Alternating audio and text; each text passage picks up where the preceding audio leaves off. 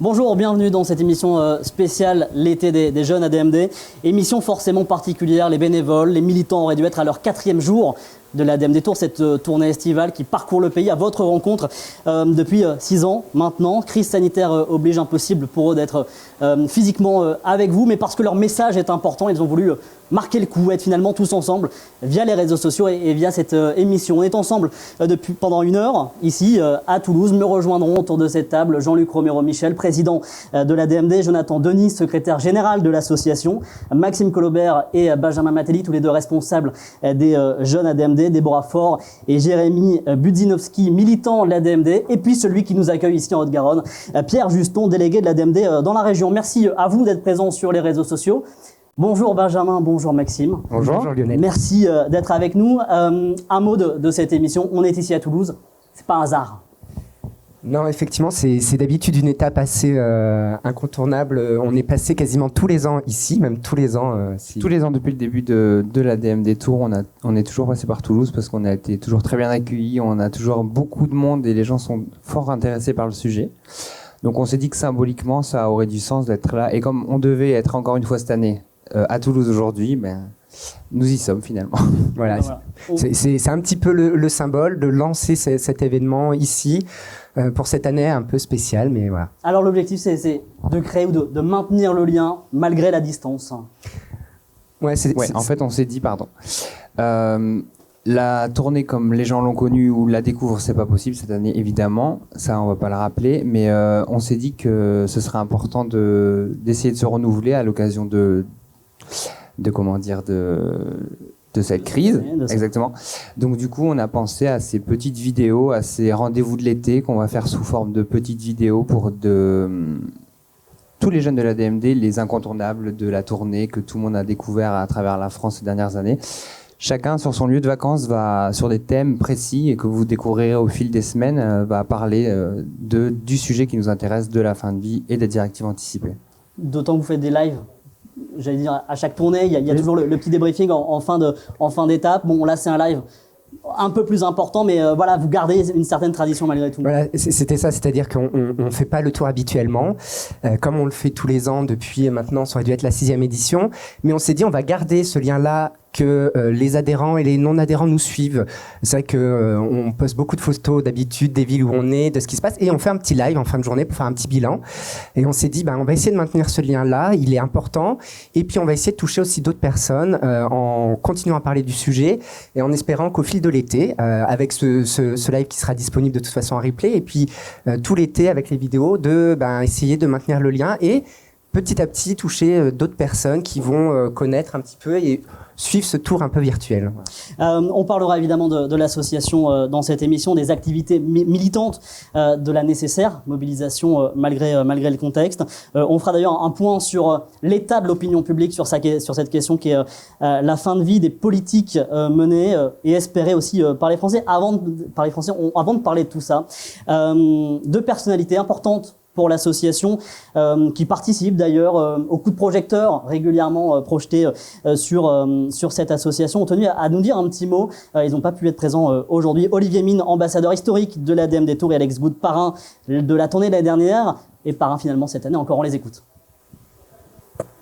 Malgré la crise sanitaire, les jeunes de l'ADMD Tour restent mobilisés. Ils vous proposent cette année l'ADMD Tour chez vous. C'est une autre façon d'en savoir davantage sur les directives anticipées et sur nos droits en fin de vie. Bon été à tous. Benjamin, Maxime, c'est important, la parole d'Olivier et d'Alex.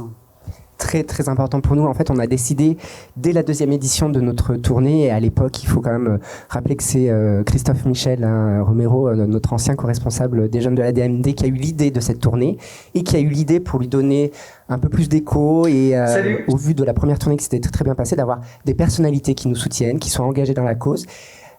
Olivier Mine a répondu présent depuis le tout début, donc on l'a nommé ambassadeur parce que c'est vraiment quelqu'un d'important pour nous, qui porte la parole, qui en plus on en reparlera après dans les autres échanges, mais qui vient de Belgique et donc qui connaît très bien le sujet, la loi qui existe chez eux, et qui se dit effectivement puis c'est important, se mobilise à nos côtés. C'est quand même quelqu'un qui a une grande écoute, qui est connu du grand public. Et puis tous les ans on a eu des parrains et des marraines. On a eu Lynn Renaud, on a eu Wendy Bouchard, Christian Roth, Wendy Bouchard, et on voulait remercier du coup Alex Good qui depuis l'année dernière est notre parrain et a accepté d'être le parrain sur cette tournée 2.0. Et donc on les remercie de leur soutien. Ils sont toujours là et sur Internet comme en vrai, ils nous soutiennent toujours. Il faut des personnalités publiques pour démocratiser en quelque sorte le message que vous portez. Bien sûr, et en plus il faut de la visibilité et évidemment ils nous apportent beaucoup de visibilité et c'est l'essentiel. Alors cette émission s'appelle l'été des jeunes ADMD, c'est effectivement l'événement phare de l'été à défaut de pouvoir faire cette tournée. Ça s'intègre à d'autres mobilisations? Oui, effectivement, en fait, c'est notre première mobilisation un peu post-confinement. D'habitude, l'été est toujours un temps très fort pour l'association qui est, en fait... C'est pas le temps calme, en général, on dit l'été, c'est la pause estivale. Vous, non. Ben justement, c'est la période pleine pour nous. En fait, on profite de ce temps calme, des gens qui sont reposés, qui pensent à d'autres choses, pour parler de ce sujet-là, pour dire que ce n'est pas un tabou, qu'on peut en discuter. Donc c'est vrai que pour nous, c'est un enjeu fort de parler fin de vie au moment où les gens d'habitude sont plus calmes. Là c'est pareil, on se dit la crise est, on l'espère, un peu passée. Les gens vont un peu penser à leurs vacances, se reposer un petit peu après ces périodes un peu stressantes. Et on en reparlera après, mais c'est effectivement le sujet est assez important et je pense que c'est important de resensibiliser les gens, de se remobiliser pendant l'été. Et c'est pas les seules actions. Donc là, nous, on va en tant que jeunes mobiliser tout l'été. Et ensuite, la DMD va reprendre ses actions habituelles que Jonathan et Jean-Luc présenteront après à la rentrée avec nos mobilisations traditionnelles et la journée du 2 novembre qui est la journée mondiale du droit de mourir dans la dignité. Et c'est important que les militants, et là on les salue aussi, de toute la DMD sachent que Covid ou pas, on est là et les jeunes ADMD seront là. Grâce aux réseaux sociaux notamment, tu parlais de Jean-Luc, on va demander à Jean-Luc de se préparer dans un instant. Les jeunes ADMD, on va faire un peu de pédago parce que évidemment il y a vos adhérents qui vous regardent et qui vous connaissent, qui connaissent la mobilisation. On espère aussi, vous espérez à travers cette émission, toucher un autre public. Les jeunes ADMD, c'est quoi ? Alors déjà, très concrètement, en fait, c'est les adhérents de moins de 36 ans de l'association. L'association, aujourd'hui, il y a à peu près 74 000 adhérents. Et chez les jeunes de moins de 36 ans, on est à peu près à 1 millier d'adhérents.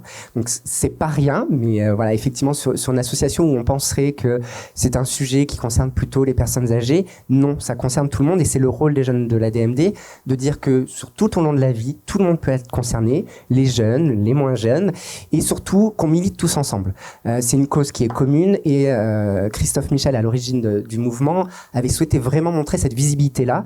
Et on le voit d'année en année, on a vraiment beaucoup de jeunes qui militent. C'est pour ça aussi qu'on a voulu maintenir cet été des jeunes et que vous allez retrouver des militants habituels pour ceux qui nous connaissent, qui sont d'habitude sur les tournées, qui ont plaisir à continuer le combat parce que ça leur tient à cœur et on se rend compte que suivant tous les jeunes de la DMD, c'est pour différentes raisons qu'ils s'investissent sur ces sujets-là, mais ça leur tient vraiment à cœur de pouvoir communiquer, de militer et d'essayer d'obtenir la loi et ce qu'on veut. Et puis surtout sur cette tournée d'habitude, c'est sensibiliser les gens sur les directives anticipées, sensibiliser sur ce qui existe déjà, faire connaître que les gens prennent le temps de réfléchir à leur fin de vie, qui prennent le temps de savoir ce qu'ils veulent, qui prennent le temps d'en discuter.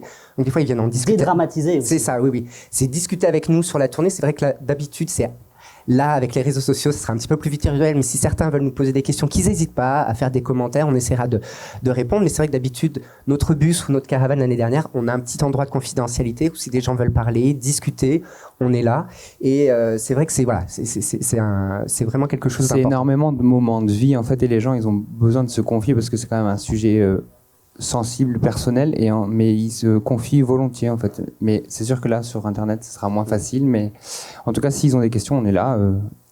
Comme d'habitude. La base militante est prête à répondre aux questions. Merci Maxime, merci Benjamin. On vous retrouve en toute fin d'émission. On va demander à Jean-Luc Romero-Michel de venir nous rejoindre ici sur ce plateau, président de la DMD depuis 2007. Cette émission se fait évidemment dans le respect des règles sanitaires avec du gel hydroalcoolique à l'entrée de ce plateau. La distanciation d'1 mètre ici en direct de Toulouse sur les réseaux sociaux. Jean-Luc Romero-Michel avec qui on évoquera évidemment la vie de l'association, de de la DMD, et puis toute une série de questions au milieu, de questions d'actualité et politique. Bonjour Jean-Luc, merci d'être ici avec nous à Toulouse. On parlait de l'actualité très tournée vers la Covid-19, et pourtant votre combat continue. On a beaucoup parlé de la Covid-19 et c'est bien logique avec cette pandémie qui nous est tombée dessus, mais quelque part, cette pandémie montre à quel point on avait raison. Et on peut le dire d'une manière un peu triste, parce que on a parlé depuis des années à la DMD de la situation des EHPAD, où on y mourait très mal, où il y avait des fins de vie difficiles. On s'est rendu compte, et tous les Français ont pu l'apercevoir, que malheureusement, c'est ce qui se passait. Et puis, on a eu des fins de vie qui ont été terribles, avec des souffrances atroces, des gens qui s'étouffaient. Et on a vu à quel point, vous savez, en France, on met plein d'argent sur le début de la vie. Et c'est très bien, on va pas le regretter, et tant mieux, on a plutôt une politique nataliste qui fonctionne. Par contre, sur la fin de la vie, l'argent n'est pas là. Moi, je vous donne un exemple qui a l'air de choquer personne. Depuis 1 an et demi, il n'y a plus de plan de développement de soins palliatifs. C'est-à-dire que, en fait, on vit avec les acquis, et je dirais même que dans certains endroits, malheureusement, il y a moins d'argent. Donc, vous imaginez, déjà, il y a à peine 20% des gens qui en ont besoin, qui peuvent aller dans une unité de soins palliatifs. Parce que ça coûte cher. Bah oui, mais ça coûte cher, vous savez, nos vies, on est des citoyennes et des citoyens jusqu'au bout de la vie, et on a le droit d'être pris en charge le plus longtemps possible, si on le souhaite, et dans des bonnes conditions. Eh ben, c'est pas le cas aujourd'hui. Vous militez d'ailleurs pour l'accès universel. On se bat depuis toujours. Vous savez, on a été les premiers, et souvent on nous accuse d'être contre les soins palliatifs. Je ne sais pas d'où peut sortir ça. On a été les premiers à parler de l'accès universel aux soins palliatifs. Vous savez, c'est pas normal quand même qu'en fin de vie, ce soit quelque part une espèce de loterie. Si vous arrivez au bon moment, mais on meurt pas forcément au bon moment, on choisit pas le moment de sa mort. Et voilà. Si vous avez des relations, eh ben vous avez toutes les chances de pouvoir avoir une place dans une unité de soins palliatifs. Voilà. Et bien, est-ce que c'est juste? On est quand même dans une république laïque. Je rappelle que au fronton des mairies, des écoles, vous avez liberté, égalité, fraternité. Et on voit que sur la question de la fin de vie, malheureusement, ces 3 mots ne sont pas réellement appliqués dans notre pays. Et est-ce que vous allez vous servir de cette crise du coronavirus pour... Vous avez déjà commencé, notamment, donc avec ce que vous nous dites, une tribune dans Le Monde, mais pour dire, voilà, concrètement, le coronavirus nous a montré que ça ne fonctionne pas. Il faut faire quelque chose.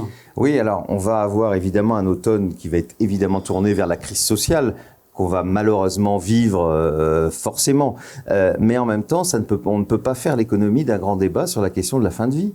Quand certaines familles n'ont pas pu voir leurs proches les derniers jours, dont ils savent que leurs proches sont morts dans des conditions extrêmement difficiles, je pense que ces questions, elles doivent être évoquées. Vous savez, notre mort, on va tous mourir, c'est quelque chose d'extrêmement intime, et on choisit pas notre naissance, on a quand même quelque part un peu le droit de choisir le moment et la manière de mourir, d'éteindre la lumière, et on voit bien qu'en l'occurrence, là, c'est pas ce qui s'est passé, et que quand on meurt étouffé, c'est pas forcément génial, hein, c'est le moins qu'on puisse dire, et qu'en tout cas, il faut écouter les gens. Et là, on voit bien que les 3 lois Leonetti, il faut rappeler qu'il y en a quand même eu 3, ce qui montre quand même que ça marche pas si bien que ça si on a besoin de les changer tout le temps. Elles ne fonctionnent pas. Pour porter vos messages, il y a donc cet événement. On est sur le premier événement de la DMD, version déconfinée.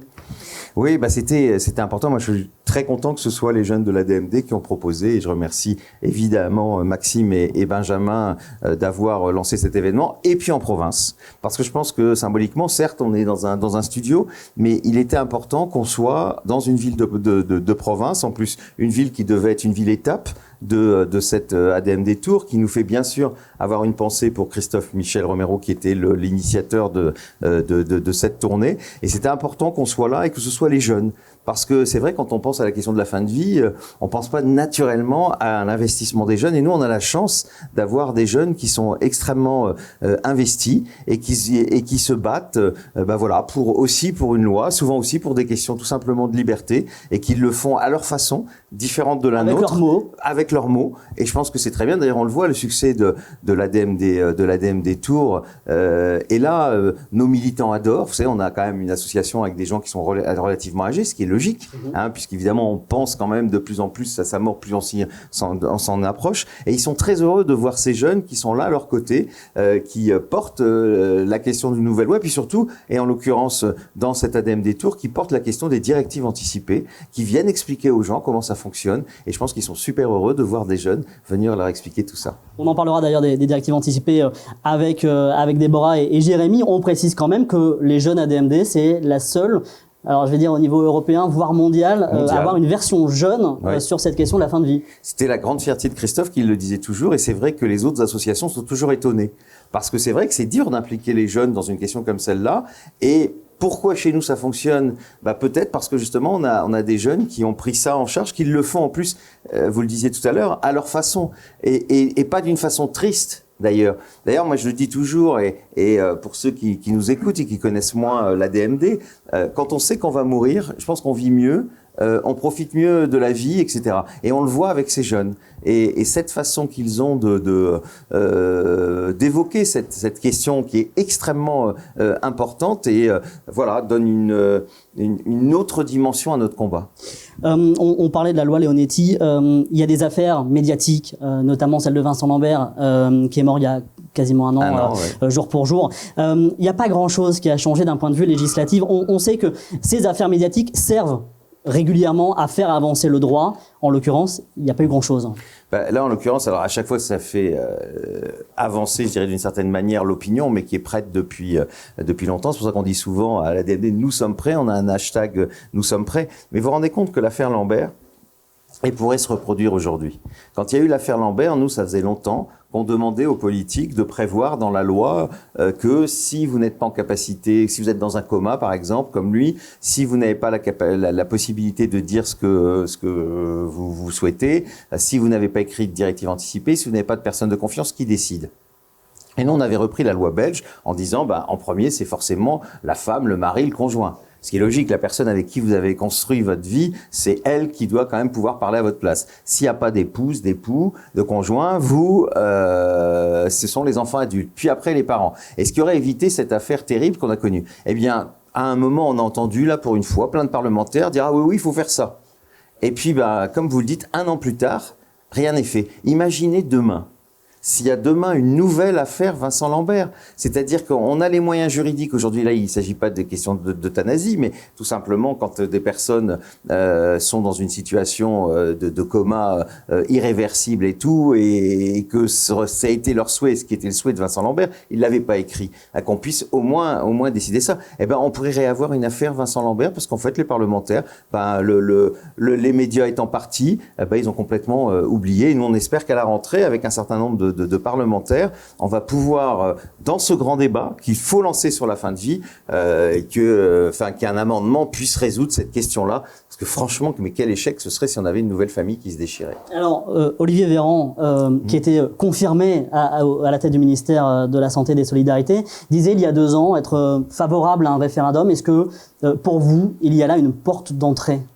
Alors on l'espère. Alors moi, évidemment, quand il a été nommé, on s'est plutôt réjoui parce qu'il faut quand même pas dire, mais avec Agnès Buzyn, on a tout entendu quand même. Je voudrais pas rappeler de douloureux souvenirs, mais quand vous avez quand même une ministre de la Santé qui a été dans ce domaine celle qui a quand même dit le plus d'incohérences et le plus de mensonges, faut le dire. Quelques semaines avant qu'elle parte, elle nous disait que les gens qui voulaient mourir, s'ils étaient fatigués de la vie, ils allaient 3 fois en Belgique, et puis au bout de la 3e fois, et on les euthanasiait. Mais je sais pas d'où elle a sorti ça. Donc ça voulait dire qu'avec une ministre comme celle-là, on était quand même mal barré. Alors lui, il a des positions qui sont évidemment, qui ont été plus favorables. Moi, je lui ai écrit après sa nomination. Malheureusement, comme vous le saviez, nous étions en plein Covid, donc on l'a pas trop relancé ces jours-ci. J'ai fait une tribune dans Le Monde là pour l'interpeller et lui dire ce qu'il faudrait faire. Au mois de septembre, comptez sur nous pour cette fois-ci être beaucoup plus virulent. On va en plus avoir une date très phare qui sera le 2 novembre, la journée mondiale pour le droit de mourir dans la dignité, où là on va dans 100 événements en France interpeller les pouvoirs publics et notamment le ministre de la Santé parce que ça peut pas continuer. Il y a des contacts avec le cabinet, avec le ministère en ce moment. Mais le problème c'est qu'en ce moment ils sont sur autre chose. Ils sont sur autre chose et vous savez ce que c'est. Vous êtes journaliste. généraliste, il y a la pile des dossiers de santé publique et pour l'instant, le nôtre, il est en dessous. Mais comptez sur nous pour qu'il soit au-dessus. On va parler de l'opinion publique parce qu'on sent le côté frileux des responsables politiques. Quand on parle fin de vie aux Français, qu'est-ce qu'ils vous disent? Qu'est-ce qu'ils répondent? Pour moi, ils ont du bon sens. C'est-à-dire qu'en fait, quand vous regardez d'abord l'état des sondages, depuis 20 ans, ils disent la même chose. Aujourd'hui, on est à 96% des Français, le dernier sondage, qui sont favorables à l'euthanasie et au suicide assisté. Il y a assez peu de causes qui donnent ce nom. Il y a très peu de causes. Mais c'est pas parce que les Français veulent être euthanasiés. C'est les Français, ils ont du bon sens. Ils savent qu'il y a des situations où les fins de vie sont douloureuses et ils veulent pouvoir dire stop à un moment. Et c'est pour ça qu'ils y sont favorables. Quand on entend certains qui disent ils comprennent pas, etc. Je peux vous dire que les Français, quand vous allez dans la rue, quand vous faites des micro-trottoirs et que vous leur dites l'euthanasie, ils savent ce que ça veut dire. Ils savent que c'est pouvoir partir à sa demande parce que nos souffrances sont... C'est pas un gros mot. Non, c'est un gros mot pour une certaine intelligentsia sûrement, mais euthanasie, ça veut dire la bonne mort. Et les Français, ils ont du bon sens. Et ils veulent avoir une loi qui leur permette de décider. Je vous dis, on ne décide pas de notre décence, on peut quand même au moins choisir les conditions de sa mort et le moment, parce que quel est le principe supérieur dans une république laïque, je le dis souvent, qui vous oblige à mourir le plus tard possible, et notamment dans la souffrance. Quand vous savez que vous avez fait votre vie, que les jours qui viennent, c'est que des jours de souffrance, vous avez dit au revoir aux gens que vous aimez, vous n'en pouvez plus. Mais quelle est cette société qui vous oblige à devoir continuer, ou au pire à mourir d'une sédation terminale, où on vous endort, on arrête de vous alimenter, de vous hydrater. Alors ils veulent pas qu'on dise ça, mais c'est quand même la vérité, où vous mourrez de faim et de soif. Enfin, franchement, ce qui est une solution, faut pas être caricatural. Si vous êtes très très malade, très vieux, si vous mourrez dans les 24 heures, c'est une solution. Mais dès qu'on dépasse 48 heures, avec tous les effets cliniques qu'il peut y avoir, c'est absolument scandaleux. Et bien, c'est ce qu'on propose en France. Donc, il faut pas s'étonner que les Français soient favorables à une loi qui leur permette cette liberté de pouvoir aller dans des soins palliatifs, comme on l'a dit au début. Et il faut mettre l'argent. C'est de la volonté politique. Agnès Buzyn n'a eu aucune volonté politique sur la fin de vie, il faut le dire très clairement. J'espère que ce nouveau ministre va quand même se réveiller, parce que ça fait 6 mois qu'il est là, et 6 mois qu'il n'y a pas de plan de développement de soins palliatifs, et que ce qu'on vient de vivre, c'est quand même assez étonnant. Et que disent les médecins, le corps médical ? Mais le corps médical, moi je pense qu'il est souvent caricaturé. C'est-à-dire qu'on a l'impression que les médecins sont contre. Et ceux qu'on voit dans les médias, faut le dire, c'est toujours ceux qui sont contre. Alors, je comprends que les autres n'ont pas forcément envie de s'exprimer pour pas être montrés du doigt. Mais enfin, il y a eu plusieurs sondages ces dernières années qui nous disent en gros que plus de 60% des médecins sont favorables à une loi. Parce qu'une loi, ça les protège. On a franchi les 70%, je crois, dans un sondage très récent. Oui, tout à fait. Mais parce qu'une loi comme ça les protège. Et puis quand vous êtes un médecin de famille, que vous suivez quelqu'un qui a un cancer en phase terminale, que vous entendez ses souffrances et ses demandes de partir, vous savez que c'est une réalité, et vous l'aimez ce patient, vous l'avez suivi toute votre vie par exemple, eh bien moi je suis pas étonné que les médecins, et j'aimerais que l'ordre des médecins soit moins caricatural. Je ne parle pas de l'Académie de médecine, mais que ces mandarins qu'on attend tout le temps, qui sont souvent bien âgés et qui n'exercent plus la médecine depuis très longtemps, arrêtent de nous donner des leçons et écoutent simplement les gens. Vous savez, on est dans une société où la mort, on l'a médicalisée. C'est-à-dire que, alors que ça devrait être une question de société, une question citoyenne, une question qui vous concerne, vous et moi, on en fait une affaire médicale. Et ça, c'est plus possible.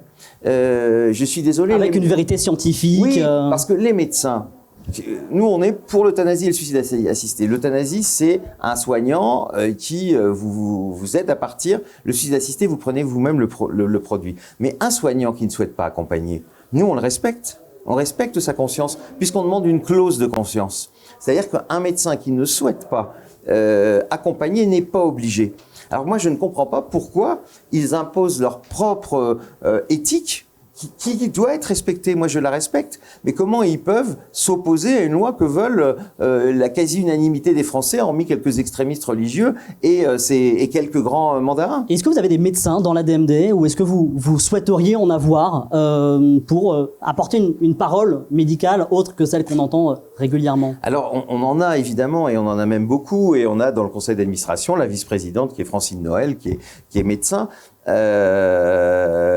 Elle porte cette parole, mais c'est vrai que vous savez comment c'est aussi dans les médias, on veut toujours les mêmes, ceux qui ont un peu de notoriété, etc. Puis nous, on a aussi un souci avec certains médecins qui sont toujours dans l'activité. Et croyez-moi, quand vous êtes médecin, on l'a vu parfois avec des ordres départementaux des médecins, Si vous allez parler d'euthanasie, ça fait peur, on vous montre du doigt. Et je comprends aussi que certains médecins n'ont pas envie de perdre leur clientèle. Il faut quand même qu'ils vivent, il faut quand même qu'ils payent les traites de leur cabinet, il faut quand même qu'ils s'occupent de leur famille. Donc je comprends que pour eux ce soit plus difficile, mais bien sûr qu'il y en a plein. Et il y en a plein parce qu'ils ont du bon sens. Et voilà, mais c'est difficile d'avoir une parole avec des instances médicales qui sont totalement opposées, avec des propos qui sont souvent très caricaturaux, renvoyant parfois même à la Shoah ou à des choses qui sont totalement invraisemblables. Lutter contre la caricature. Merci Jean-Luc. Merci on se retrouve en fin d'émission également pour parler de l'association. Okay. On va appeler Pierre Juston, délégué de la DMD ici en Haute-Garonne. C'est en quelque sorte lui qui nous reçoit ici à Toulouse, dans la Ville Rose. Il est en train de mettre son gel hydroalcoolique comme il faut au milieu. Pierre, merci. Merci de nous recevoir déjà ici à Toulouse. On va parler de la délégation pour le coup ici en Haute-Garonne. On parlait avec Jean-Luc de la mobilisation et du combat qui doit continuer malgré la crise sanitaire. Comment ça se passe déjà de manière générale, la délégation de la DMD ici en Haute-Garonne ? Déjà, merci d'être là, ça nous fait très plaisir. C'est une grosse délégation, la délégation de la Haute-Garonne. Nous avons plus de 1700 adhérents dans le département, dont 1300 sur Toulouse et la métropole. Donc évidemment, c'est une grosse délégation, c'est une date qui a toujours été choisie par la DMD. Alors, comment ça s'est passé lors de cette période avec la Covid ? Maintenu le lien ? Ça a été compliqué, c'est vrai que l'année a été amputée, on a beaucoup d'actions militantes, comme beaucoup de délégations en France, et l'année a été effectivement amputée de toute une partie.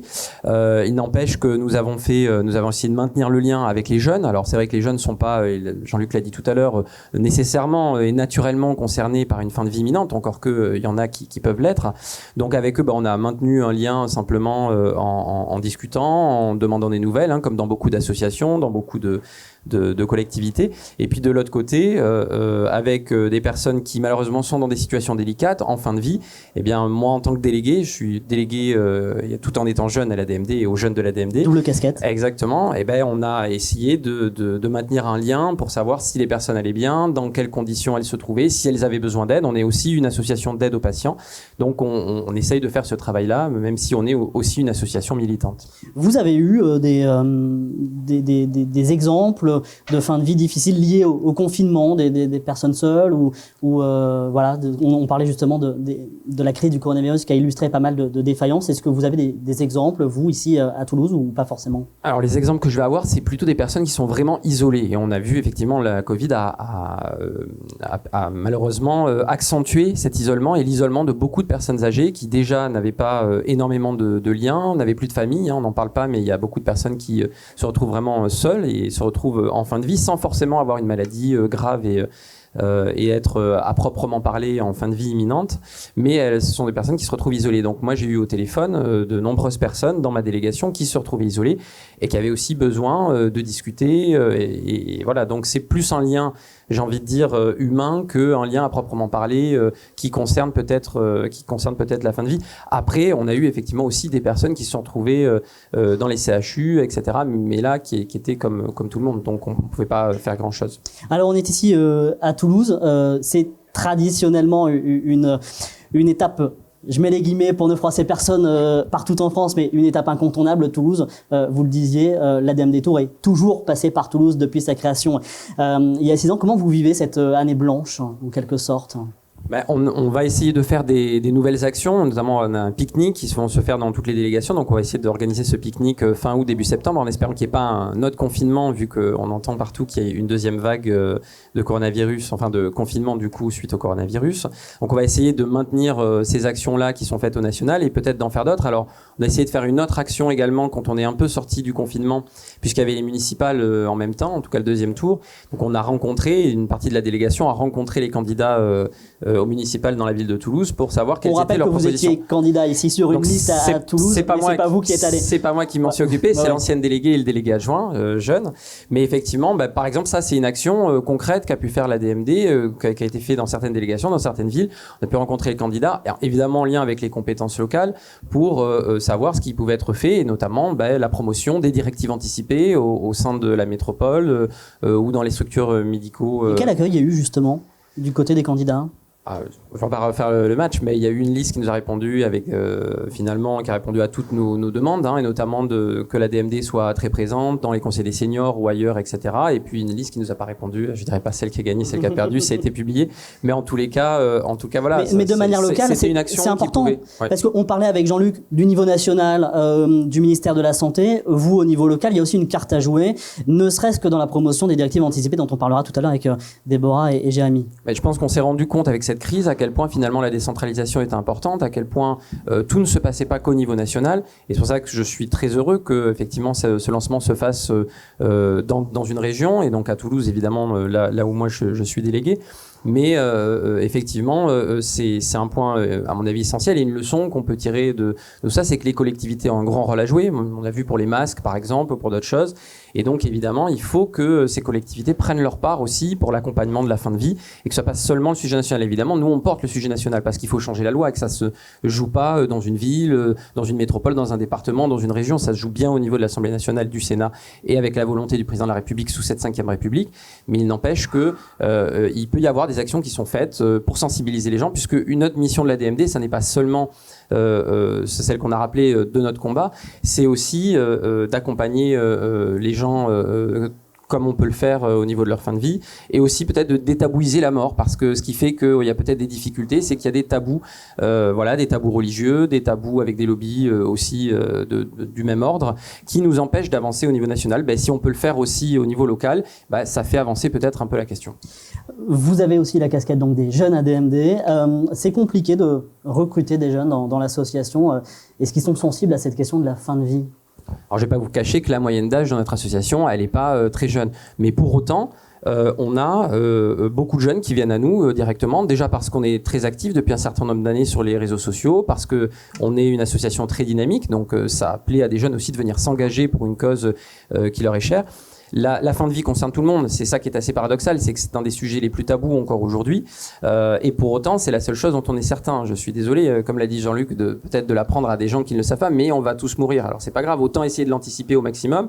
Ça veut pas dire que les jeunes qu'on a, des jeunes qui sont tristes, qui ont envie de mourir, c'est pas la question. Au contraire, comme l'a dit Jean-Luc tout à l'heure, on a plutôt des jeunes qui sont en pleine vie, qui ont envie de vivre le plus longtemps possible, mais qui ont envie de faire avancer cette question-là. Et donc on a beaucoup de jeunes en fait qui viennent, donc c'est pas si difficile que ça. Après, évidemment, c'est pas la majorité des adhérents à la DMD. Est-ce que l'état d'esprit des Français varie entre régions ? Est-ce que vous sentez ici en Haute-Garonne une sensibilité différente qu'ailleurs ? Je pense qu'il y a certaines régions dans lesquelles des réseaux peuvent être plus actifs que d'autres, peut-être des réseaux progressistes. À Toulouse, c'est plutôt une ville assez progressiste. On a, paradoxalement aussi, c'est une ville de contraste, des réseaux assez rétrogrades, qui sont plutôt contre nous. L'Alliance Vita, par exemple, est très présente à Toulouse, donc contre l'IVG, contre le mariage pour tous, contre évidemment la fin de vie dans la dignité, et j'en passe, etc. Donc sur tous ces sujets sociétaux, on a des réseaux qui existent, qui sont bien implantés à Toulouse, de part et d'autre. En revanche, ça, c'est un petit microcosme. La réalité, c'est que la majeure partie des citoyens, la majeure partie des Français, je pense, à Toulouse comme ailleurs, représentent, on l'a dit, des sondages à plus de 90%. Il n'y a pas de disparité en Occitanie. Sincèrement, je le sens pas du tout comme ça. Je le pense pas. Je pense que, comme partout ailleurs, en réalité, une majorité de Français sont très largement favorables à notre combat. Et c'est une déconnexion. Par exemple, on l'a dit tout à l'heure, c'est un sujet qui me tient à cœur puisque je travaille beaucoup sur la laïcité. Moi, je rencontre des croyants de différents cultes parfois, et la plupart sont favorables à notre combat, y compris des pratiquants. Et c'est La Croix qui avait sorti un sondage où il y avait énormément finalement et de pratiquants et même de non-pratiquants mais croyants qui étaient favorables à notre combat. C'est en fait les cadres qui sont déconnectés, tout comme au niveau politique où certains cadres, une certaine intelligentsia est déconnectée de ses citoyens. Il faut passer outre les clivages traditionnels. Merci beaucoup Pierre. Avec plaisir. De nous avoir accueillis, d'avoir répondu à ces quelques questions. Jonathan Denis va nous rejoindre ici. Jonathan Denis, secrétaire général de l'ADMD. On parle beaucoup depuis tout à l'heure de la loi Leonetti. On fera justement un petit point avec lui, le gel hydroalcoolique qui va bien, sur cette question de la loi Leonetti. Bonjour Jonathan. Bonjour Lionel. Que dit cette loi Leonetti ? Alors, il y a plusieurs lois, déjà, Jean-Luc Romero-Michel le rappelait, mais on a 3 lois. Il y a la dernière qui date de 2016, qui est la loi Claes-Leonetti, qui n'est ni plus ni moins qu'une réinterprétation de ce qui a pu se faire auparavant. Alors, il y a des avancées quand même qui sont à noter. En 2016, notamment, par exemple, sur les directives anticipées. On est sur l'été des jeunes de la DMD, c'est toujours le sujet qui revient principalement lors de la tournée. Et les directives anticipées, aujourd'hui, elles sont valables indéfiniment. C'est-à-dire qu'avant, on vous demandait tous les 3 ans de devoir refaire vos directives anticipées. Aujourd'hui, vous les rédigez, vous pouvez évidemment les modifier, vous pouvez les changer si vous le souhaitez, mais elles sont vraiment valables indéfiniment. Et puis ensuite, il y a eu la question de la sédation profonde et continue jusqu'au décès. Et sur ce sujet, on ne peut pas dire que ce soit une avancée, parce qu'aujourd'hui, il faut être considéré vraiment en fin de vie pour pouvoir bénéficier de cette sédation. Et puis on voit bien qu'elle convient à personne, cette sédation. Vous avez un corps médical qui va vous dire « on ne souffre pas ». Moi, j'en sais rien. Personne ne sait si effectivement on souffre ou pas, mais personne n'en est revenu de cette sédation, personne ne peut le dire. Et quand on voit évidemment des effets secondaires qui peuvent avoir lieu, on se doute bien qu'il y a une souffrance et pour le malade et évidemment une souffrance aussi psychologique et affective pour les proches, puisque cette sédation, elle peut se passer très rapidement et puis elle peut durer aussi très longtemps. On l'a vu avec le cas de Vincent Lambert. Et elle ne convient pas non plus au corps médical, puisque le corps médical hésite parfois à la mettre en pratique, de peur d'être accusé d'euthanasie. Tout simplement, alors qu'il ne s'agit évidemment pas d'une euthanasie. Mais voilà, on est dans une loi qui aujourd'hui a été faite une nouvelle fois principalement plus pour les médecins, en oubliant toujours le patient, le malade. Et on se bat évidemment... Est-ce qu'on souffre ou pas, enfin, La question, elle n'est même pas sur cette loi-là, elle ne doit même pas être sur ce curseur-là. Le curseur, ça doit être le libre choix de la personne. Et ce n'est pas aujourd'hui un corps médical de décider ou un État de décider. C'est au patient, c'est à la personne de décider elle-même ce qu'elle souhaite ou ce qu'elle ne souhaite pas d'ailleurs, puisque le but, c'est de respecter chacun dans son choix. Et on se bat pour ça à la DMD. Qu'est-ce qui lui manque très concrètement à cette loi? Est-ce qu'il faut mettre la loi Leonetti à la poubelle, en créer une nouvelle, ou amender cette loi qui a déjà été révisée à 3 reprises? Alors moi, je ne fais pas partie des personnes qui vont dire qu'il faut tout mettre à la poubelle. Non, il y a des choses, évidemment, qui ont... on parlait des directives anticipées, mais les directives anticipées, il y a des choses encore à améliorer. Demain, un médecin peut vous dire « je ne souhaite pas respecter ces directives anticipées parce qu'elles sont rédigées de façon inappropriée ». Mais dans la loi, ça n'existe pas. Ça, donc on voit bien qu'il y a toujours un gros problème qui entoure cette question-là. Mais ce qui manque à cette loi, c'est tout simplement de respecter le choix de chacun. Et je ne suis pas un militant acharné de l'euthanasie. Ce que je souhaite, c'est que chacun puisse avoir le choix sur les directives anticipées, évidemment, sur l'euthanasie, sur le suicide assisté, mais il y a également la question des soins palliatifs. Et là-dessus, on devrait s'inspirer de ce qu'ont pu faire, par exemple, nos voisins belges. Les soins palliatifs, Jean-Luc Romero-Michel le rappelait, il n'y a plus de plan. Et ça ne gêne absolument personne. Et on nous oppose toujours les soins palliatifs à l'euthanasie. Alors que les choses peuvent aller ensemble, et chez nos voisins étrangers, cela va de pair. Et en France, on est toujours dans une opposition systématique entre ces deux faits-là, alors que nous battons pour un véritable accès universel aux soins palliatifs. Aujourd'hui, il n'y a pas d'égalité par rapport à ça. C'est un grand paradoxe, parce qu'on parlait des sondages, de l'opinion publique, 96% des Français sont pour. Il n'y a pas d'avancée législative et pourtant il y a un groupe de discussion à l'Assemblée nationale. Ça a été évoqué dans le grand débat lancé au moment des Gilets jaunes ou à la sortie de la crise des Gilets jaunes. C'est une question et un sujet qui revenait quasiment dans les priorités des Français et pourtant ça n'avance pas. C'est un grand paradoxe en fait, cette question de la fin de vie. Il y a certainement un manque de courage politique dedans. C'est ça la véritable question. Maintenant, ce qui est triste, c'est qu'on va se retrouver très certainement avec le premier président de la République depuis Jacques Chirac qui n'aura connu absolument aucune avancée sur cette question-là. Alors que nous n'avons finalement, et c'est ce que nous pensions, n'avoir jamais été aussi proches de pouvoir obtenir cette loi-là. Nous savions que nous avions la majorité à l'Assemblée nationale des parlementaires qui étaient prêts à voter cette loi-là. Pour la première fois, dans tous les groupes à l'Assemblée nationale, nous avions des députés qui étaient favorables à une évolution de la loi. Il y a un groupe d'études sur la fin de vie. Il y a quand même des personnalités comme Jean-Louis Touraine, qui est dans le groupe de la majorité présidentielle, qui a toujours soutenu la revendication de la DMD, qui a toujours porté cette volonté d'une nouvelle loi. Vous l'avez rappelé sur le grand débat national, il y avait des sujets libres. La question de l'euthanasie a été unanimement citée par les Français dans le sujet libre. Et même le Premier ministre de l'époque, Édouard Philippe, l'avait rappelé lors du compte-rendu du grand débat national. Et pour autant, politiquement, ça n'avance pas. Alors, il y a évidemment des déceptions, comme il y a pu y avoir avec la loi Claes-Leonetti de 2016, parce que là, pour le coup, nous avions un président de la République qui s'était engagé sur cette question. Et puis, ça ne s'est pas mis en place. Mais je serais extrêmement déçu que d'ici 2022, il n'y ait absolument eu aucune avancée, alors qu'on pouvait nous promettre de grandes choses. Et ça prouvera que là, il y aura vraiment eu un manque total de courage politique. Et les parlementaires, le président de la République, le gouvernement, devraient vraiment écouter ce que nous disent aujourd'hui les Français. Mais c'est pas nouveau. C'est-à-dire qu'il y a de l'écho, enfin il y a un écho à vos revendications. Il y a un écho à nos revendications, mais il faut maintenant, nous n'avons pas les mains à l'Assemblée nationale pour appuyer sur le bouton pour faire voter cette loi, pour leur dire voilà, il faut la rédiger et la présenter. Mais il va falloir, à un moment donné, que vraiment tout le monde se saisisse de cette question. C'est pas une question sociétale parmi d'autres. Moi, je me suis quand même retrouvé dans un débat avec le président du groupe de La République En Marche, qui était Gilles Legendre, qui nous expliquait ni plus ni moins qu'il y avait eu la PMA, c'était la question sociétale de ce quinquennat, et donc qu'il n'y en aurait pas d'autres. Mais on peut pas considérer que voilà, c'est une question sociétale, c'est un curseur, et puis on fait rien. Non. Cette question-là, de la mort, elle nous concerne toutes et tous. 100% d'entre nous allons mourir. C'est peut-être une mauvaise nouvelle, mais c'est comme ça. Alors on souhaite que ce soit le plus tard possible, sans se rendre compte. Ça ne se passe pas toujours comme ça. Et il faut absolument réfléchir à cette question et enfin s'en saisir de façon aussi apaisée. On n'est pas obligé d'être dans des débats où tout est pour, tout est contre. Voilà, il faut poser le sujet sur la table. La passion du débat. Il faut le mener avec passion. Tous les combats sont à mener avec passion, mais pour autant, il faut savoir se poser à un moment donné et tous discuter sur cette question-là. Et voilà, on ne pourra pas nous dire il va y avoir des manifestations dans la rue, etc. La France va se soulever. Non, on le voit bien dans tous les sondages, 96%, c'est unanime. On évoquait la Belgique. C'est intéressant de se comparer finalement. Comment ça se passe chez nos voisins européens ? Il n'y a pas que la Belgique. Voilà. Il y a d'autres, il y a les Pays-Bas, il y a le Luxembourg, il y a la Suisse, même si c'est encore un autre cas. Et puis vous avez aujourd'hui des pays qui avancent. On le voit avec le Portugal, on le voit avec l'Espagne, avec l'Allemagne, la Grande-Bretagne, l'Italie. Enfin, on va finir par être le seul pays... Vous allez dire, on est le seul pays à ne pas traiter cette question-là. On va finir par être le seul pays à ne pas le traiter. Oui, et une nouvelle fois, on sera donneur de leçons sur des grands sujets de société, alors que nous sommes incapables de traiter cette question-là. Mais la Belgique, qui est un très bon exemple, la Belgique, ça fait déjà... C'est le pays modèle, la Belgique. C'est le pays modèle parce que les Belges n'ont pas réfléchi qu'à l'aide active à mourir. Ils ont su aussi faire tout ce qui est soins palliatifs, et justement ne pas opposer les deux.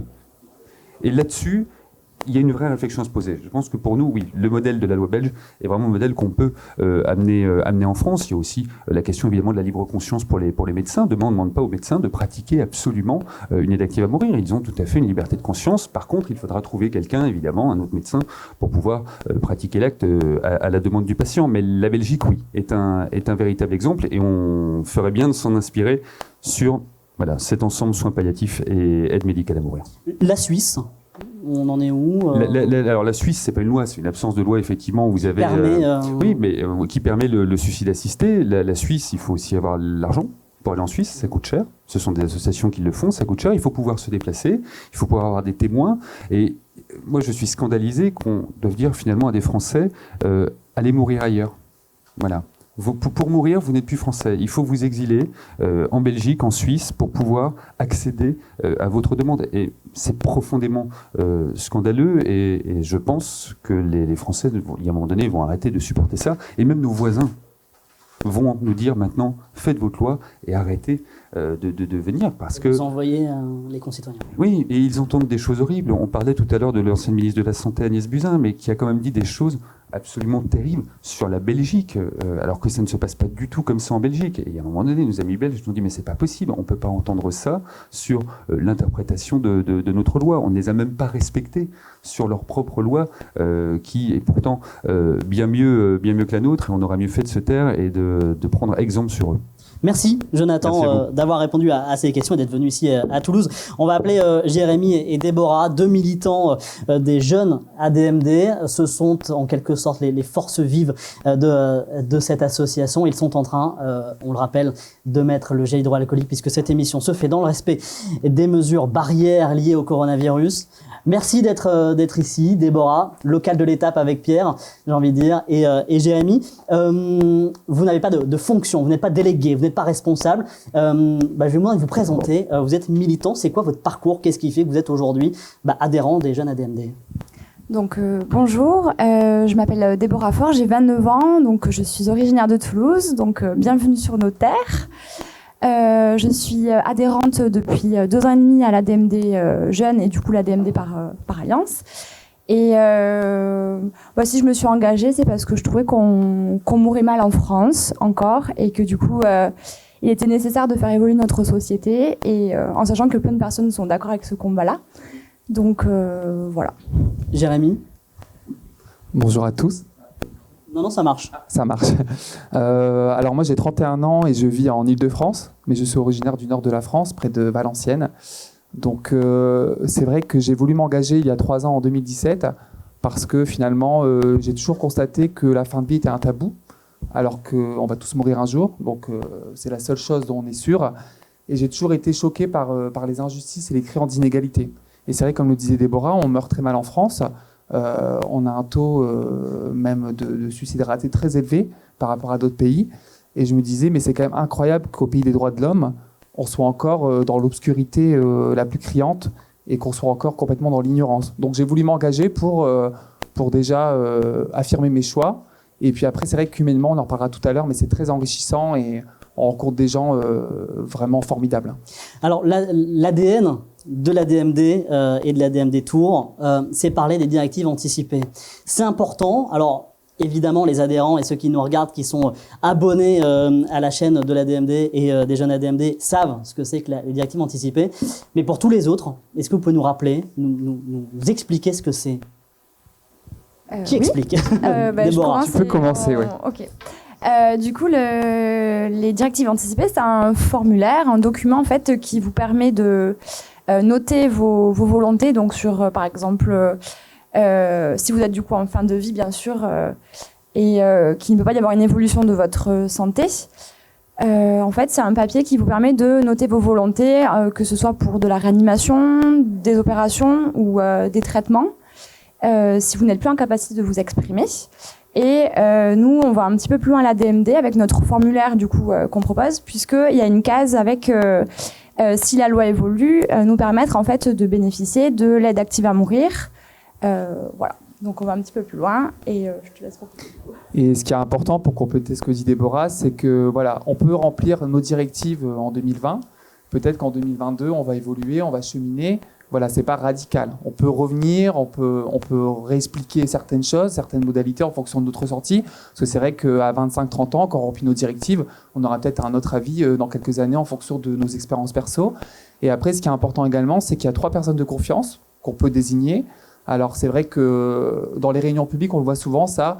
Généralement, on a des personnes plus âgées qui nous disent « Bon, ben, moi, je sais pas trop qui mettre en personne de confiance. Parfois, j'en parle à ma fille ou mon fils. Quand j'en parle, ils se mettent à pleurer. » Donc on voit que c'est un sujet très, très délicat et qu'il y a encore beaucoup de tabous dans les familles. Donc parfois, c'est pas toujours la personne la plus proche de nous qui peut être à même de respecter notre choix. Donc parfois, ça peut être un ami proche ou autre. Et même si on est proche de nos parents, parfois, ça peut être délicat pour un parent, quand on est en fin de vie, de prendre cette décision, malgré que tout soit d'accord pour eux. Il faut presque de l'objectivité sur ces questions-là. Voilà, c'est ça. C'est important de le préciser, mais il n'y a pas d'âge pour remplir ce formulaire. On peut le faire, vous êtes jeune ADMD. Il faut juste être majeur.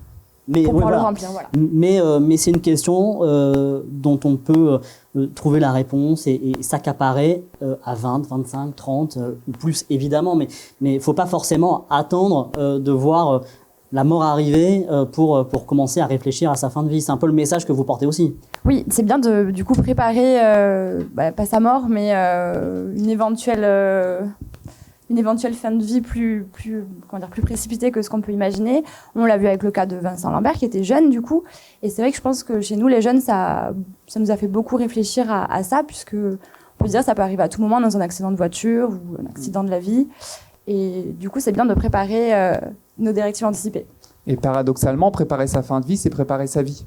Parce que moi, je sais que je n'ai pas envie de mourir demain. J'aime la vie, j'aime les arts, je veux la savourer éperdument. Mais je n'ai pas envie d'être dans un acharnement thérapeutique, je n'ai pas envie d'être dans quelque chose qui ne me ressemble pas du tout.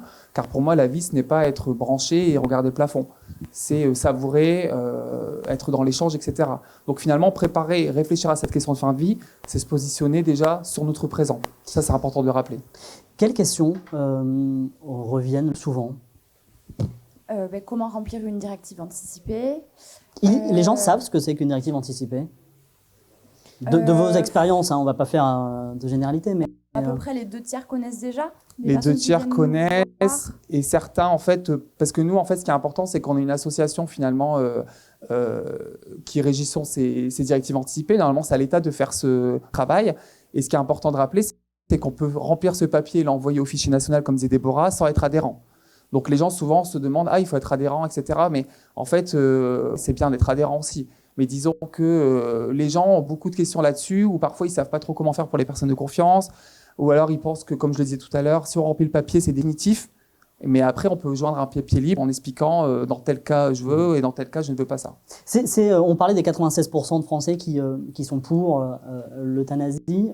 C'est aussi un outil important, l'ADM des Tours, pour confirmer cette tendance, pour sonder partout sur le territoire, parce que pour le coup, vous ne restez pas que dans les grandes villes, pas que à Paris, c'est important.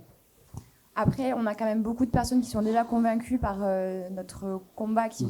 Il y a toujours une proportion qui est un peu partagée, du coup, qu'on essaie de convaincre. Et sinon, les personnes qui ne seraient pas d'accord avec notre combat, on en voit très rarement. Et tant mieux, parce que du coup, c'est pas toujours très agréable d'avoir des personnes qui... Voilà. Vous en parlez à vos familles de vos actions militantes, de votre combat, voilà, à vos familles ou vos amis d'ailleurs. Est-ce que vous arrivez à les faire évoluer sur la question, si ce n'est pas déjà le cas, et peut-être même à les faire venir, à les faire s'engager? Oui, du coup, c'est une question que moi, je sais dans ma famille, tout le monde y avait déjà à peu près réfléchi, mais de là s'engager dans une association, c'est un peu différent. Et je pense que c'est un peu pareil pour mes amis, ils sont très sensibles après. C'est quand même un grand pas que de s'engager dans une association. Mais bon, j'ai bon espoir. Oui, c'est ce qu'on remarque en fait, c'est que généralement l'opinion est assez déterminée par rapport à ce sujet. Hein. Tout le monde est complètement d'accord, mais c'est vrai que s'engager, c'est encore un axe supplémentaire. Et c'est ce qu'on voit même quand on en parle à nos amis, à notre famille. Ils sont pour le sujet, ils ne sont pas fermés, mais après, s'engager, c'est une étape. Et généralement, les gens se disent, si je m'engage, je veux faire les choses, je ne veux pas être juste un nom dans un fichier non plus. Et c'est vrai que même les jeunes qu'on rencontre au Solidays ou à l'ADM des Tours ou autre, on leur dit toujours, on est un petit peu là pour vous donner des petites graines, ça va germer en vous. Mais après, c'est normal, il y a un cheminement. Nous, c'est pareil, à l'âge où on s'est intéressé à la question, on n'a peut-être pas adhéré le lendemain non plus, il y a eu un cheminement. Alors peut-être que ça s'est fait plus jeune parce qu'on a adhéré plus jeune, mais après, voilà, il faut aussi respecter le ressenti des gens. Chacun a son histoire personnelle, mais en tout cas, c'est déjà bien d'être là pour donner une info, et le fait qu'on soit dans la sauce, ça donne une visibilité autre en disant tiens, Jérémy ou Déborah, elle travaille avec moi, ou c'est une amie d'enfance, et puis peut-être que ça peut être moi demain qui va franchir le pas. Parfait, l'appel est lancé pour rejoindre les jeunes ADMD. Merci à tous les deux d'être venus discuter de tout ça avec nous. On va appeler de nouveau Jean-Luc Romero Michel, le président de l'ADMD, pour justement parler de l'engagement, parler de l'association. Rebonjour Jean-Luc. L'association, l'ADMD, fête ses 40 ans cette année, 74 000 adhérents si je ne me trompe pas. C'est satisfaisant ou vous espérez plus ? C'est vrai, quand on a 96% des Français qui sont favorables à une nouvelle loi, on aimerait avoir évidemment des millions de personnes, mais enfin on est dans le champ, une des plus grandes associations françaises, et on a vu, même si cette période de Covid a été compliquée, puisque nos activités, comme partout, ont été confinées. Donc, on reprend, comme vous le voyez, aujourd'hui, les réunions. À la rentrée, on va avoir des pique-niques dans toute la France, etc. Et on va, avec les gestes barrières, bien sûr, essayer de remiliter comme avant. Mais on a eu une période compliquée, mais en même temps, on voit que beaucoup de gens ont été à des morts à la fois soudaines, violentes, et que ça nous a amené encore des nouveaux adhérents, des personnes qui ont pris conscience des difficultés de la fin de vie en France.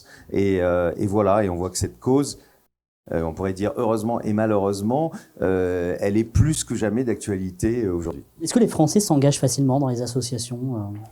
On est un pays quand même assez solidaire, hein, quand on regarde dans tous les domaines, et notamment dans les domaines de la solidarité, dans les domaines sociaux, les Français s'engagent plutôt pas mal. D'ailleurs, comment on ferait dans notre pays sans les militants associatifs ? et on l'a vu pendant aussi la période de Covid, combien se sont mobilisés pour s'occuper des plus démunis. Il y en a eu énormément qui ont été sur le terrain au détriment de leur propre santé. Et nous, on le voit. Alors nous, c'est vrai que c'est une association où il y a beaucoup de personnes qui sont très âgées, qui parfois ne peuvent plus se déplacer. Mais on se rend compte quand même que de plus en plus, et c'est peut-être l'impulsion des jeunes de la DMD, que de plus en plus de militants, enfin d'adhérents, deviennent des militants. Et ça, c'est satisfaisant. Il faut faire vivre cette communauté de 74 000 adhérents. Est-ce que vous mettez en place donc des moments conviviaux? On a évoqué les pique-niques rapidement qui vont arriver à la rentrée. Expliquez-nous un peu ce qui est prévu. Ouais, c'est vrai qu'on a beaucoup de réunions pour rencontrer les gens, pour mettre en œuvre nos actions militantes. Il faut aussi avoir des moments de retrouvailles ensemble parce que d'abord, vous savez, il y a des personnes qui sont isolées, qui n'ont pas de proches. Organiser des événements conviviaux, c'est peut-être permettre de trouver une personne de confiance. Et là, à la rentrée, on a décidé de généraliser, parce que ça se fait depuis très très longtemps. Par exemple, moi, j'en organise un au Bois de Vincennes tous les ans à Paris. C'est l'idée, voilà, qu'on ait entre fin août et fin septembre des pique-niques qui vont permettre à chacun de se retrouver dans un cadre plus convivial pour mieux se connaître et pour ensemble. On est ensemble depuis un peu plus d'1 heure maintenant, ici à Toulouse et avec ceux qui nous regardent évidemment en direct et en replay sur les réseaux sociaux. À distance donc, vous avez hâte de cette rentrée, de revoir vos militants et ceux qui viendront peut-être par hasard. Comme les jeunes de la DMD, moi je suis d'abord un homme de terrain et j'ai 2 réunions par semaine sur le terrain depuis maintenant plus de 12 ans. Et c'est vrai que j'ai quand même fait des réunions en janvier-février, il y en a quand même eu, mais à partir du moment le confinement, rien ne vaut le contact. Alors il faudra le faire différemment parce qu'on a cette population qui est fragile et on ne sait pas ce qui va se passer avec la Covid. Mais c'est important de se revoir, de se parler, de se regarder dans les yeux comme on le fait là maintenant. Et donc moi je suis très très très impatient de recommencer nos déplacements, nos réunions, nos pique-niques, se voir et militer pour cette cause qui est si essentielle. On fait partie en termes de nombre d'adhérents d'une des grandes associations. Après, vous avez évidemment les Pays-Bas qui ont une énorme association. Vous avez la Suisse, vous avez des associations avec beaucoup de membres. Et oui, c'est important parce qu'on voit bien que partout où vous allez, l'adhésion à cette cause est la même. Ces associations sont nées dans les années 80. Quelque part aussi, plusieurs ont été un peu aussi parfois la conséquence de ce qui se passait avec le VIH. On voyait des jeunes mourir dans des conditions atroces. Et là, elles sont mobilisées dans le monde. Et on voit que, je crois que vous en avez parlé tout à l'heure avec Jonathan, on commence à être entouré de pays qui légalise l'euthanasie, et nous, on est quand même le pays des droits de l'homme. Et souvent, on nous regarde quand on va dans ces réunions internationales, et j'ai été dans le board, dans le conseil d'administration, j'étais un des directeurs à 2 reprises, quand vous arrivez et que la France, pays des droits de l'homme, puis qu'on vous explique à quel point on a du mal à y arriver, ils sont un peu sidérés. Quand vous voyez que les royaumes qui nous entourent, parce que les pays qui ont des lois, c'est plutôt des monarchies, ce qui est quand même assez incroyable autour de la France, les gens sont un peu sidérés en disant mais comment ça se fait qu'en France ça n'avance pas? C'est la même passion du débat à l'étranger dans ce que vous des voisins européens. Et est-ce qu'il y a le même clivage? Est-ce que c'est aussi passionné avec des gens qui sont farouchement contre? Dès que vous touchez à quelque chose d'aussi intime que la mort, forcément, c'est des débats qui restent passionnés partout, avec les mêmes adversaires. Les religions d'un côté, et puis souvent ces grands professeurs de médecine qui sont totalement opposés à ça. Et avec des opinions publiques qui, elles, sont massivement, parce que quand vous regardez les sondages, que vous allez en Grande-Bretagne, en Allemagne, en Espagne ou ailleurs, c'est toujours au-dessus de 80%. Donc ça montre que cette cause, c'est une cause auquel les gens dans le monde entier, l'humanité, on peut dire, adhèrent parce qu'ils savent que c'est évidemment pas tuer des gens, c'est simplement entendre des gens qui ont des souffrances et pouvoir y répondre. Alors on discutait tout à l'heure avec Pierre des mobilisations qu'il y a pu y avoir au niveau local dans le cas des municipales. L'agenda législatif, la présidentielle va arriver vite. Est-ce que vous commencez à faire je sais pas si le mot est adapté, mais du lobby sur cette question-là? Ah bah du lobby, on en fait tout le temps, puisque vous savez, on réunit plusieurs fois par an les parlementaires pour discuter avec eux, et puis on espère, parce que bon, les présidentielles, vous avez raison, elles vont vite arriver, mais nous, on espère encore qu'il puisse se passer quelque chose. Parce que avant, on n'attend pas 2022. Avant non, il faut, parce que c'est long en 2022. Pour celles et ceux qui nous regardent, qui sont dans des souffrances atroces, leur dire il faut attendre 2022, ils peuvent plus attendre quoi. Nous, on espère encore que des parlementaires vont se mobiliser à l'Assemblée nationale à l'automne et qu'on va avoir un texte, parce que je vous dis, 2022, c'est dans 2 ans quand même. Les 2 ans, c'est extrêmement loin. Mais évidemment, si malheureusement on n'y réussissait pas, bien sûr que les présidentielles, c'est le moment phare où l'ADMD se mobilise toujours dans des grands rassemblements, dans des grandes manifestations. Les dernières fois, à chaque fois, on a fait des grandes manifestations au Cirque d'hiver où on invitait les candidats à venir s'exprimer sur la question. Mais franchement, aujourd'hui, il faut se battre pour que cette loi, elle arrive avant. Et j'ai quand même bon espoir, parce que je vous dis, on a quand même quelque chose de nouveau. Pour la première fois, on a une Assemblée nationale qui nous est favorable. Maintenant, il faut qu'elle aille au-delà. Avant, c'était compliqué parce qu'il y avait Agnès Buzyn qui était totalement opposée. Aujourd'hui, on a un ministre qui s'est certes pas exprimé ces derniers temps, mais qui, par le passé, et j'ose espérer que sur une question aussi essentielle, il n'a pas changé d'avis, semble plutôt favorable. Donc, allons-y, n'attendons pas, et je pense que ce sera à l'honneur des parlementaires de voter une loi qui concerne tout le monde et qui est vraiment attendue. C'est quand même, vous savez, c'est quand même une loi qui donne un droit. Qui ne donne aucune obligation à qui que ce soit. Et dans une société, donner cet ultime droit, c'est d'une certaine manière faire évoluer et avancer notre société.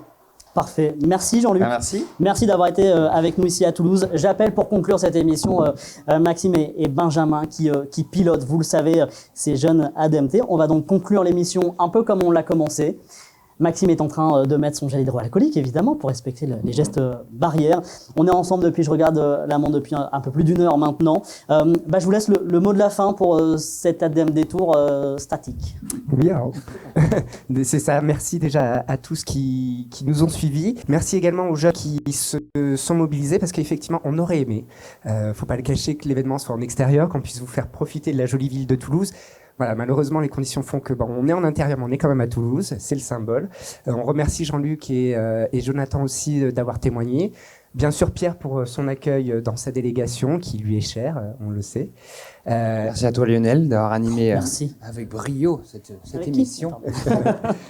Et puis, vous donnez rendez-vous, on va quand même, c'est important de le préciser, il y a cette émission ici aujourd'hui depuis Toulouse, vous serez présents tout au long de l'été sur les réseaux sociaux, c'est aussi important de le rappeler. Voilà, c'est le but en fait, là on lance et tout l'été vous allez retrouver tous les jeunes, donc vous allez retrouver Déborah, Jérémy, mais d'autres jeunes qui vont régulièrement approfondir certains sujets. Tout à l'heure, Déborah et Jérémy ont parlé des directives anticipées, le sujet sera approfondi, Jonathan parlait de la loi Claes-Leonetti, le sujet sera approfondi. Voilà, on va essayer régulièrement. Et puis, le but, c'est de le faire un peu en format carte postale. Aujourd'hui, on est à Toulouse. On fait une petite carte postale de Toulouse. Il fait beau, on peut le dire. Voilà, même si... On peut pas le montrer, mais voilà. Il fait beau. Et puis, on espère que les jeunes vont vous... D'habitude, c'est nous qui venons. Les jeunes se déplacent dans des villes qu'ils ne connaissent pas. Et là, ils vont faire découvrir leur ville, là où ils sont en vacances, là où ils vivent. D'habitude, on vient chez vous et cette année, on vous emmène chez nous. Voilà, c'est exactement ça. C'est beau. Rendez-vous donc sur les réseaux sociaux. Ouais. On vous retrouve comment? Où? Alors, sur les réseaux sociaux, donc, sur Facebook, sur Twitter et puis sur Instagram. Comme le live sera également disponible en replay. Et puis, juste pour information, on a un dernier mot aussi d'Alex Good. Bien sûr. Qui est le parrain de cet été des jeunes de la DMD et qui a un petit mot pour cet événement.